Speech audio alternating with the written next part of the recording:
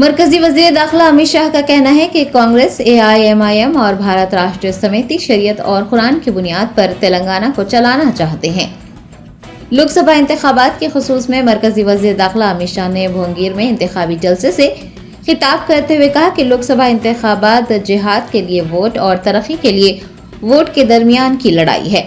उन्होंने AICC सदर मल्लिकार्जुन खड़गे के ये कहने पर कि तेलंगाना और राजस्थान के लोगों का कश्मीर से कोई लेना देना नहीं है, सख्त तनकीद करते हुए कहा कि मल्लिकार्जुन खड़गे नहीं जानते कि यहाँ के लोग कश्मीर के लोगों के लिए अपनी जानें कुर्बान कर सकते हैं। अमित शाह ने मुज़हका खेज अंदाज में कहा कि भोंगीर के लिए कांग्रेस को कोई उम्मीदवार नहीं मिला, इसलिए उसने राहुल गांधी की जाली दस्तखत करने वाले को भोंगीर से उम्मीदवार नामजद कर दिया। अमित शाह ने आवाम से अपील की है कि वो तेलंगाना में भारतीय जनता पार्टी को 10 सीटों पर कामयाब बनाए। भारतीय जनता पार्टी रियासत को मुल्क की नंबर 1 रियासत बना देगी।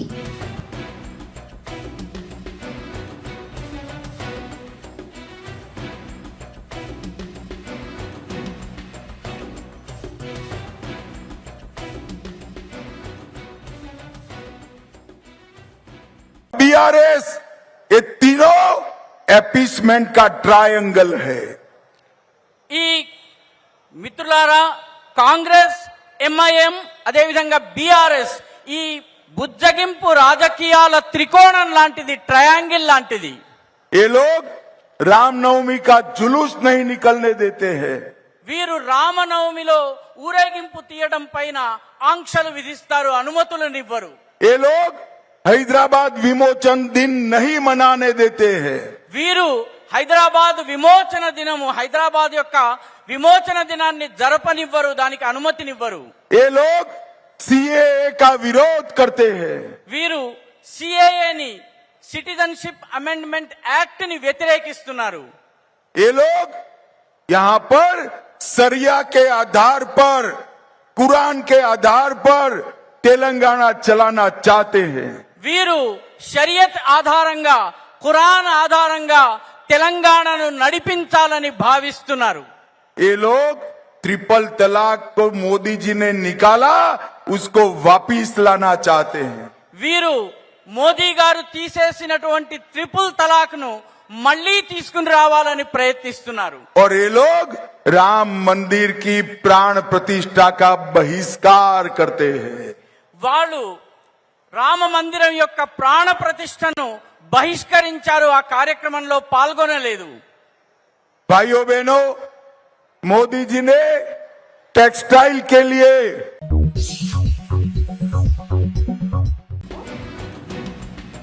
कांग्रेस लीडर राहुल गांधी ने बीजेपी कायदीन पर आइन को तब्दील करने की कोशिश का इल्जाम लगाया है। AICC रहनुमा राहुल गांधी ने मेदक में इंतखाबी जलसे से खिताब करते हुए कहा कि आइन के लिखे जाने से पहले गरीबों के कोई हुकूक नहीं थे। आइन आम आदमी की आवाज है, ये गरीबों, कबायलियों और पसमानदा तबकात को तहफ़्फ़ुज़ फराहम करता है। राहुल ने कहा कि कांग्रेस पार्टी और हिंदुस्तान के करोड़ों लोगों की जद्दोजहद के बाद हिंदुस्तान का आइन हासिल हुआ है, लेकिन बीजेपी के लोग वाज़ेह तौर पर ये कह चुके हैं कि वो आइन को तबाह करेंगे। उन्होंने आवाम से अपील की है कि वो कांग्रेस पार्टी के हाथ को मजबूत करें और कांग्रेस पार्टी के उम्मीदवारों को अपना कीमती वोट देकर भारी अक्सरियत से कामयाब बनाएं, क्योंकि कांग्रेस पार्टी हिंदुस्तान के आइन का तहफ़्फ़ुज़ करना चाहती है।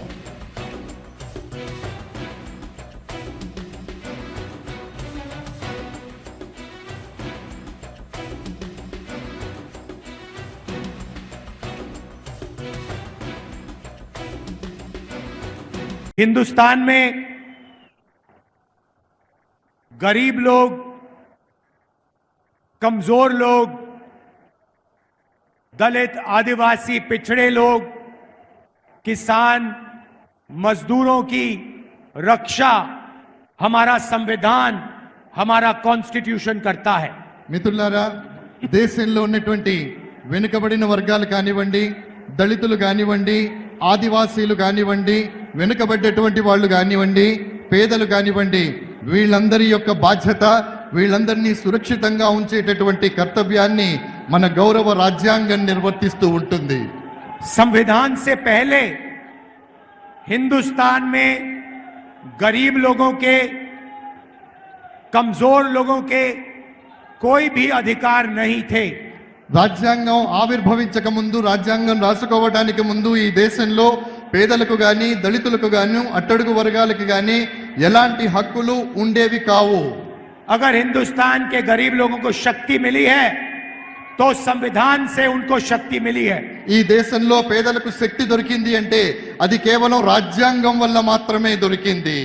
ये कोई मामूली किताब नहीं है, ये आपके दिल की आवाज है।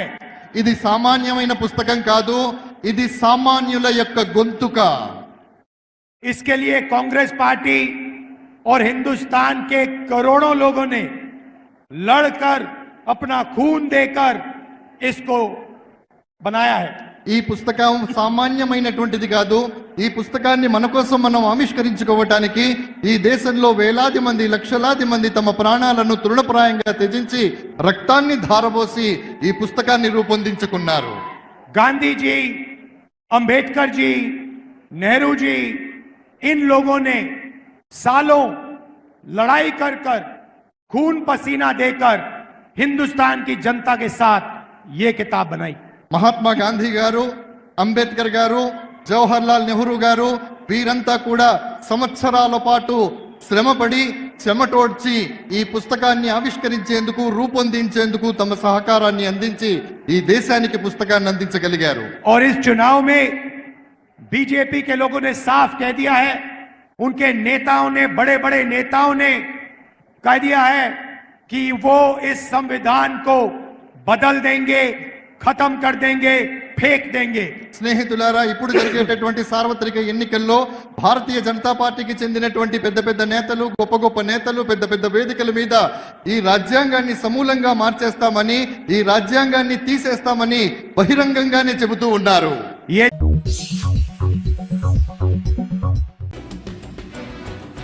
टीएसआरटीसी एमडी वीसी सजना ने नर्सिंग कॉलेज वाक़े तारनाका में मुनक़िद लैंप लाइटिंग प्रोग्राम में बतौर मेहमान खुसूसी शिरकत की।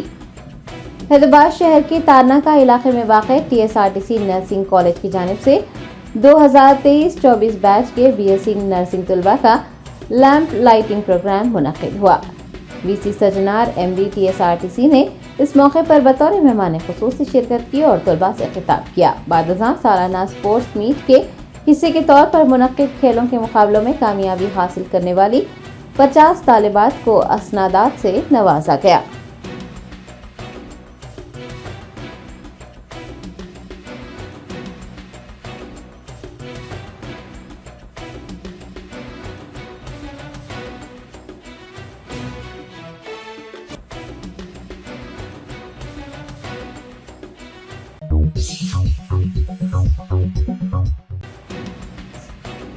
हज 2024 के तेलंगाना आज़मैन के काफिलों की रवानगी जारी। सऊदी एयरलाइंस की खुसूसी परवाज से 285 आज़मैन पर मुश्तमिल दूसरा काफिला हैदराबाद से रास्त मदीना मुनव्वरा को रवाना हुआ। तेलंगाना से आज़मैन हज की रवानगी का आगाज हो गया है। हज हाउस नामपल्ली में मुनक़िद हज कैंप में उलमा व मशाइखीन ने आज़मैन हज के दूसरे काफिले को अपना वक्त इबादत, अस्कार और दुआओं में सर्व करने की तलखीन की और इस मौके पर खुसूसी दुआएं भी की गई। बाद अज़ां आज़मैन को खुसूसी बसों के जरिए शमशाबाद के राजीव गांधी इंटरनेशनल एयरपोर्ट मुंतकिल किया गया। आज़मैन हज की रवानगी के मौके पर हज हाउस में रूह परवर मनाज़र देखने को मिले। आज़मैन के दोस्त, अहबाब व रिश्तेदारों की कसीर तादाद उन्हें विदा करने के लिए हज हाउस पहुंची थी। इस मौके पर हज कमेटी के executive officer Sheikh Liyaqat, assistant executive officer Irfan Sharif, Haj committee का अमला व दीगर भी मौजूद थे।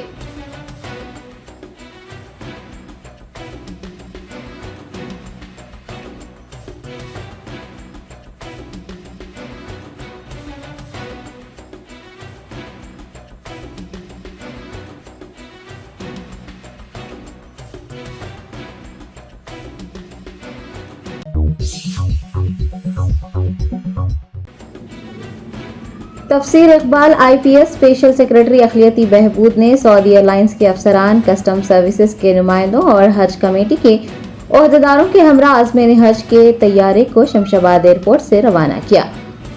तेलंगाना से आज़मैन हज की पहली फ्लाइट 8 मई को रात 10:45 पर शमशाबाद एयरपोर्ट के हज टर्मिनल से मदीना मुनव्वरा रवाना हुई है।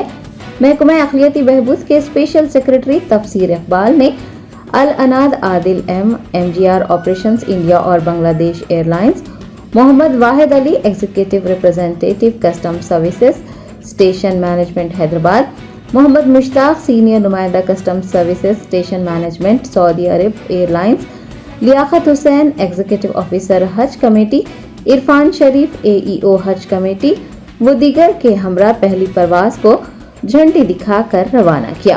तेलंगाना आज़मीन हज की पहली परवाज आज मदीना मुनव्वरा पहुंची, जहां सऊदी अरब में हिंदुस्तान के सफीर डॉक्टर सोहेल एजाज खान और कौंसल जनरल मोहम्मद शाहिद आलम, हज 2024 के उमूर संभालने वाली हिंदुस्तानी टीम ने आज़मीन का पुरतपाक इस्तकबाल किया।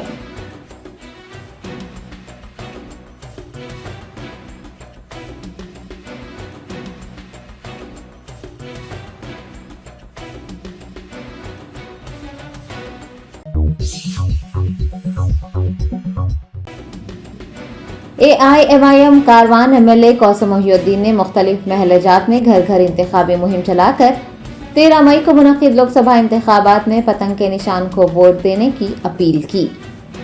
ऑल इंडिया मजलिस इत्तेहादुल मुस्लिमीन के कारवान MLA कौसम मोहिउद्दीन ने जुमेरात को बख्तावरगुड़ा, मेराज कॉलोनी, MCH कॉलोनी और अतराफ व अकनाफ के इलाकों में इंतखाबी मुहिम चलाई। राय दहिंदों से सदर मजलिस व हल्क़े पार्लिमान हैदराबाद के उम्मीदवार बैरिस्टर असदुद्दीन ओवैसी को वोट देकर कामयाब बनाने की अपील की। पार्टी के कॉरपोरेटर, सीनियर लीडर्स, इब्तदाई सुदूर मोतमदीन और सरगर्म कारकुनान भी उनके हमरा मौजूद थे।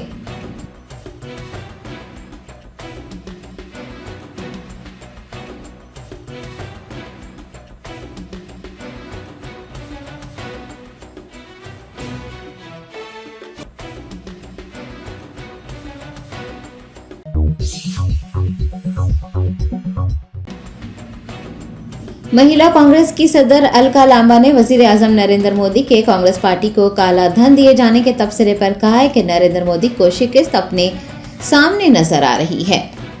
वजीर आजम नरेंद्र मोदी ने अडानी और अंबानी की जानिब से टेम्पो में काला धन भरकर कांग्रेस पार्टी को देने का इल्जाम लगाया है, जिस पर महिला कांग्रेस की सदर अलका लांबा ने अपना रद्द-ए-अमल जाहिर करते हुए कहा कि पीएम को लोकसभा इंतखाबात में अपनी शिकस्त फाश नजर आ रही है, इसलिए वो अपने ही दोस्तों पर संगीन इल्जामात लगा रहे हैं।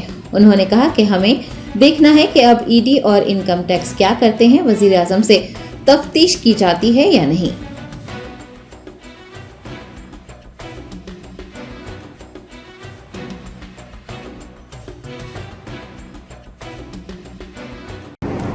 साथियों, देश में तीसरे चरण का चुनाव समाप्त हो चुका है। चौथे चरण में हम पहुंच चुके हैं। प्रधानमंत्री जी डरे हुए हैं अपनी हार को सामने देखकर। पहले चरण में कोई क्या खा रहा है, मच्छी पर उनका बयान था। दूसरे चरण में आते आते उनका जो है ध्यान चला गया पूरी तरह महिलाओं के मंगलसूत्र का डर उन्हें दिखाने लग गए। फिर गुजरात में बोला आपकी भैंस खतरे में है, कांग्रेस आएगी तो आपकी दो में से एक भैंस लेकर चली जाएगी। और आज प्रधानमंत्री जी अपने ही पूंजीपति मित्रों को, जिनका वो पोषण करते रहे, देश की सारी संपत्तियां, सारी विरासत उन्हें सौंपते चले गए। और आज जब पता लगा कि जवाब देना मुश्किल हो रहा है, तो आज अदानी अंबानी अदानी का नाम लेकर कांग्रेस पे आरोप लगाने लग गए कि अदानी अंबानी के पास काला धन है, और वो काला धन वो भर भर कर थैलों में, टेम्पो में कांग्रेस को पहुंचा रहे हैं। प्रधानमंत्री जी, आप पूरी तरह घिर चुके हैं। अब हम देखना चाहते हैं कि संवैधानिक संस्था चुनाव आयोग, इनकम टैक्स, सीबीआई, आपका जो है ईडी, वो क्या करती है। प्रधानमंत्री जी से पूछताछ होनी चाहिए या नहीं, प्रधानमंत्री जी को बताना चाहिए या नहीं, कौन से टेम्पो में कब कितना आप ही के पूंजीपति मित्र अडानी अंबानी ने कांग्रेस को कहां पैसा पहुंचाया है, क्योंकि प्रधानमंत्री जी आपके पास सारी जानकारी है। श्री राहुल गांधी जी तो लगातार कहते रहे, सदन में खड़े होकर कहा, सदन के बाहर खड़े होकर कहा, इस बात को उठाया कि अदानी की शेल कंपनियों में 20,000 करोड़ किसका है। प्रधानमंत्री जी बोलिए, आप खामोश रहे।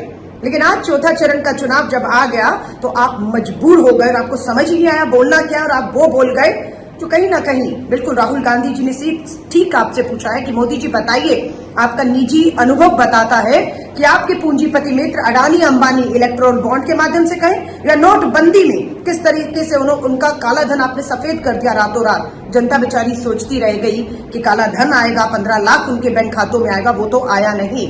लेकिन आज आप पूरी तरह घिर चुके हैं। हम दोबारा से बिल्कुल लोकतंत्र का मुद्दा, संविधान का मुद्दा खड़ा रहेगा। हम आपको मुद्दों से भटकने नहीं देंगे, ना देश को भटकाने देंगे आपको। आज लोकतंत्र को बचाने की लड़ाई है, संविधान को बचाने की लड़ाई है। देश में महंगाई, बेरोजगारी मुद्दा है।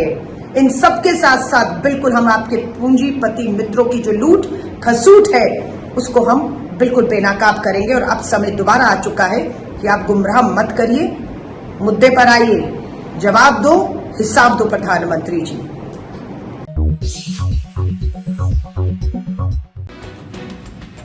हैदराबाद शहर के लकड़ी का पुल बस स्टैंड पर एक आरटीसी बस ड्राइवर ने बस में जगह न होने पर खातून मुसाफिर को बस में सवार होने से रोक दिया, जिसके बाद बस ड्राइवर और खातून मुसाफिर के दरमियान झगड़ा हुआ। तफसीलात के मुताबिक लकड़ी का पुल बस स्टैंड पर एक आरटीसी बस ड्राइवर ने एक खातून को बस में सवार होने से ये कहकर रोक दिया कि बस में जगह नहीं है। खातून ने जब ड्राइवर की बात ना मानी और बस में सवार होने लगी तो बरहम ड्राइवर बस से नीचे उतर गया। खातून मुसाफिर ने हुकूमत तेलंगाना की जानिब से मुफ्त सफर स्कीम शुरू होने के बावजूद भी ड्राइवर की इस हरकत पर नाराजगी जाहिर की और ड्राइवर पर उसके साथ बदतमीजी करने का इल्जाम भी लगाया। दूसरी जानिब ड्राइवर ने मुफ्त सफर स्कीम शुरू करते हुए ड्राइवरों को मुसीबत में डालने की शिकायत की है।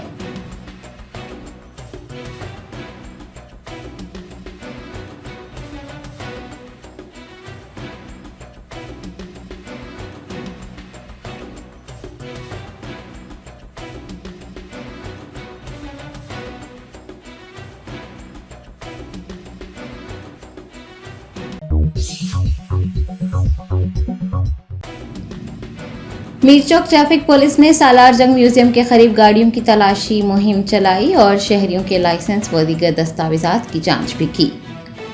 लोकसभा इंतखाबात के पेश नज़र राय दहिंदों में रकम, शराब व दीगर अशिया की तकसीम को रोकने के लिए पुलिस रकूमात, शराब और कीमती साजो सामान की नकलो हमल को नाकाम बनाने में जुटी हुई है। शहर भर में जगह जगह गाड़ियों की तलाशी मुहिम जारी है। मीरचौक ट्रैफिक पुलिस ने सालार जंग म्यूजियम के करीब गाड़ियों की तलाशी ली और राहगीरों के दस्तावेजात की जांच भी की। दरियासना कारों के शीशों पर लगाए गए सिया फिल्म को भी निकाला गया। गाड़ी चलाते हुए मोबाइल फोन इस्तेमाल करने वालों के खिलाफ कार्रवाई की गई है। कई नाबालिग लड़के भी मोटरसाइकिल चलाते पकड़े गए। पुलिस ने वालिदैन से अपने कम उम्र बच्चों को मोटरसाइकिल न देने की ख्वाहिश की है।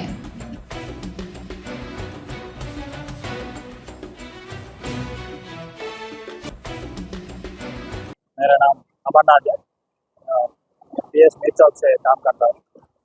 तो मेरे तरफ से एक रिक्वेस्ट है आपका पूरे जन को। మైనర్ బచ్చే పూరా చల్ రహే ఇదర్ మైనర్ పిల్లలు ఎక్కువ వెహికల్స్ తోలడం జరుగుతుంది. ఇక్కడ మేము పట్టుకునేది కూడా ఎక్కువ వరకు మైనర్ దొరుకుతున్నారు. మైనర్ పిల్లలు ఏమంటే ఇప్పుడు వాళ్ళకి ఒకరే కాదు కదా, వాళ్ళతో పాటు పేరెంట్స్ కూడా కౌన్సిలింగ్ ఉంటుంది, ప్లస్ ఫైన్ కూడా ఉంటుంది.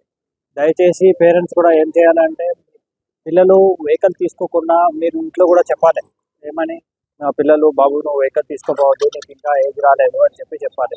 అంతేగాని మీరే మేము కొందరు చూస్తూ ఉన్నాం, పేరెంట్స్ వచ్చి సార్ ఈ ఒక్కసారికే కదా సార్ రిక్వెస్ట్ చేసినా మీరు మొదలు ఎందుకు సార్ ఫస్ట్ సారి తప్పు కదా, ఫస్ట్ సారి సెకండ్ సారి అని ఏమి ఉండదండి, ఇది తప్పే.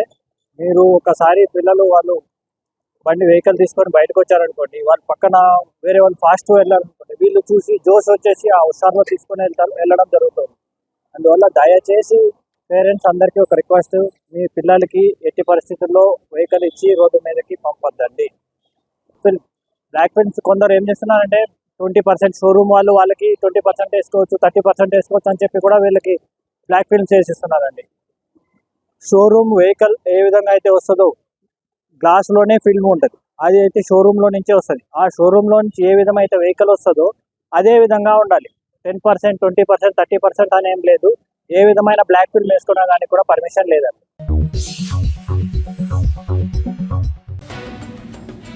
रियासत तेलंगाना के हनमकुंडा से ताल्लुक़ रखने वाला एक नौजवान जो कि अमेरिका के विस्कॉन्सिन में मास्टर्स की तालीम हासिल कर रहा है, 2 मई से लापता है। हिंदुस्तानी तलबा को अमेरिका में हादसात का सामना करना पड़ रहा है। ताज़ा तरीन वाक़े में एक हिंदुस्तानी तालिब इल्म शिकागो में लापता हो गया है। जराये के मुताबिक तेलंगाना के हनमकुंडा का रहने वाला रूपेश विस्कोन्सिन की कंकोडिया यूनिवर्सिटी में मास्टर्स कर रहा है। वो 2 मई से लापता है। पुलिस उसका सुराग लगाने के लिए तारिकीन वतन हिंदुस्तानियों से मुसलसिल राब्ते में है। पुलिस की जानिब से रूपेश से मुताल्लिक कोई भी मालूमात मिलने पर पुलिस को मतला करने का ऐलान भी किया जा चुका है। वो शिकागो के एन शेरडन रोड के 4300 ब्लॉक से लापता बताया गया है। रूपेश के वालिदैन का कहना है कि 2 मई को दोपहर में उन्होंने अपने बेटे से बात की थी और फिर उसके बाद से उसका फोन बंद है। परेशान वालिदैन ने वजीर खारजा से उनके बेटे का सुराग लगाने की दरख्वास्त की है। हिंदुस्तानी कौंसलेट ने हिंदुस्तानी तालिब इल्म के लापता होने पर तशवीश का इजहार किया है और पुलिस तारिकीन वतन के साथ राब्ता करते हुए रूपेश का सुराग लगाने के इक़दाम कर रहा है।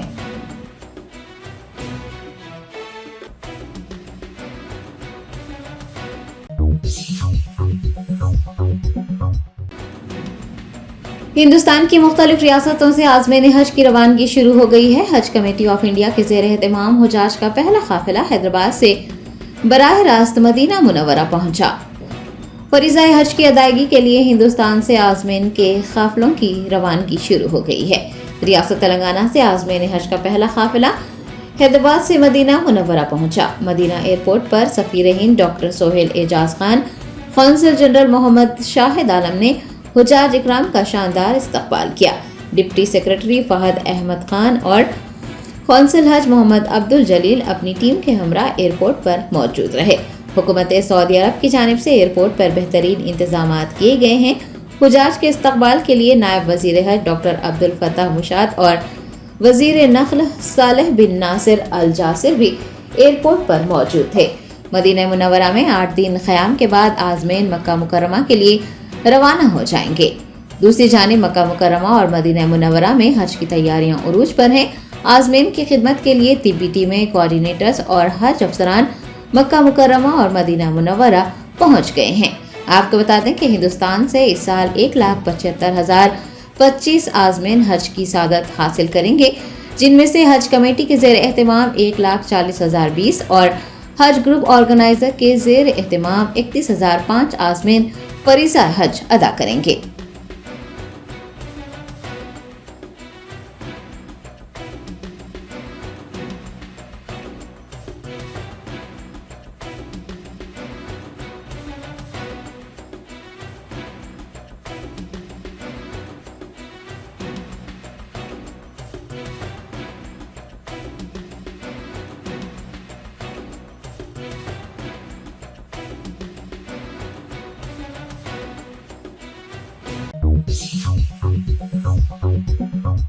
Germanton super speciality hospital, doctor Mir Jawad Jar Khan, senior experienced orthopaedic surgeon, bone fracture, joint replacement, hip replacement और स्पाइन सर्जरी कामयाबी से अंजाम दे रहे हैं। इसके अलावा neuro surgery, cardiology, gynaecology, dental, general medicine, dialysis और फिजियोथेरेपी जैसे शोबाजात में इंतहाई कामयाबी के साथ वाजबी फीस में इलाज किया जा रहा है। शेयरिंग और प्राइवेट रूम्स, अस्पताल में 24 घंटे MRI, CT scan, 2D digital X ray, ultrasound, operation theatre, ICU और लैब की सहूलत दस्तयाब है। आपकी उम्मीदों के ऐन मुताबिक Germanten super speciality hospital, pillar number 150, Attapur, Hyderabad.